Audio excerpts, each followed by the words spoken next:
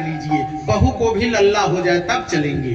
बहन जी भगवत पीठ को प्रणाम कर रही हैं, दान अर्पण कर रही हैं। मैं भागवती गंगा की तरफ से बहन जी को साध वंदन करता हूं, सभी बहनों को साध वंदन। तो आगे जो है एक पुत्र पैदा हो गया, फिर पुत्र को पुत्र पैदा हो गया, फिर दूसरा पुत्र पैदा हो गया। ओम नारायण नमस्ते।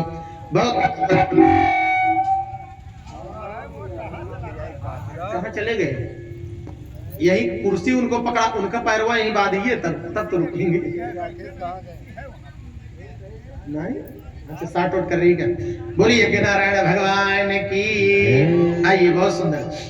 तो अभी देखिए, बेटा हुआ, बेटा का विवाह हुआ, फिर बेटे को बेटा हुआ, फिर एक पुत्र हुआ, फिर एक पुत्री हुई, फिर पुत्री का भी विवाह हुआ, पुत्री को भी एक लल्ला हो गया। यहां तक कथा गई थी। तो पुत्री को भी स्वयं नारायण आ गए। बोले कपिल भगवान की। गौतम ऋषि के साथ ब्याह हुआ और फिर लल्ला भी फिर आ गया, लेकिन फिर भी मन भगवान के चरणों में नहीं जा रहा है। कैसे भगवान के चरणों में मन लगे, यही तो बात चल रही थी। कितना कठिन है मन को भगवान के चरणों में लगाना, और कितना सरल है भगवान के चरणों में मन को लगाना। तो कठिनाई तो आप देख ली, अब सरलता जरा देख लीजिए। जैसे ऐसे समझो बहनों, जैसे 10 लीटर दूध है, गाय के थन से निकला 10 लीटर, भैंस के थन से निकला 10 लीटर दूध आपके पास यही बाल्टी में रखा गया है। अच्छा बताओ, उसमें मक्खन है कि नहीं है? हाथ डालो, मिलेगा क्या?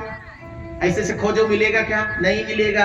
अगर उसी दूध को गर्म करके थोड़ा सा जावन डाल करके दही बना करके प्रोसीजर में लगा करके और लगा मथानी मथ दिया जाए, तब तो मक्खन निकल आएगा। इतना बड़ा, हाँ बहन जी करो, इतना लोवा निकले तो मक्खन निकल आए। अब फिर उस मक्खन को उसी दूध में मिलाओ, मिलेगा?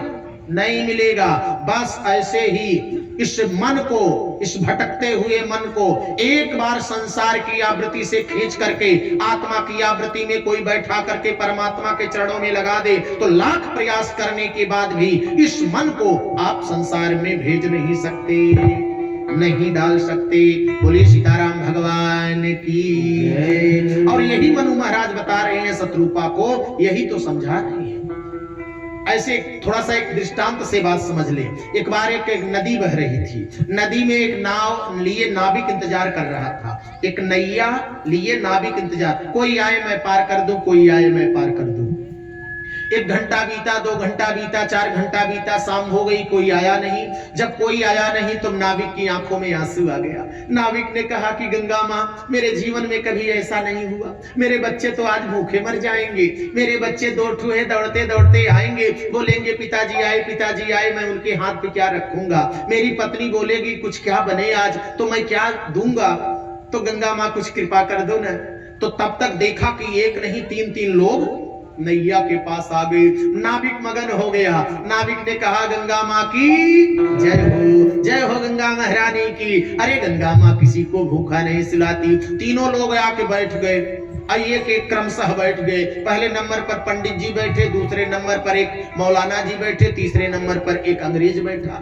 और नाविक बैठ गया चप्पू लेकर, लगा चप्पू चलाने, दोनों हाथ से मगन है। आज 3-3 किराया मिलेगा और खूब मगन हो करके, जहां कुछ नहीं, जहां कुछ न हो, जहां कहते जहां पेड़ न रूख।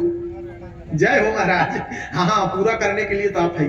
तो हाँ, तो ऐसे जो है चप्पू दोनों हाथ से चलाने लगा। जब नाव धारा में गई तब तक महाराज जी बोल दिए, पंडित जी, महाराज जी बोले। अच्छा पंडित कौन? कहा जो बोले वही पंडित। अये चुप चुप ब्राह्मण बनिया गरम, वैश्या मैल, घात कहाँ तीनों उभर गई। ब्राह्मण को कभी चुप नहीं रहना चाहिए, ब्राह्मण और विद्वान को कभी चुप नहीं होना चाहिए। चुप चुप ब्राह्मण, ब्राह्मण अगर चुप हो गया तो कहानी। चुप चुप ब्राह्मण बनिया गरम, बनिया गरम यानी व्यापारी व्यवसायी अगर गर्मी दिखाए, महाराज चाहे जो हो,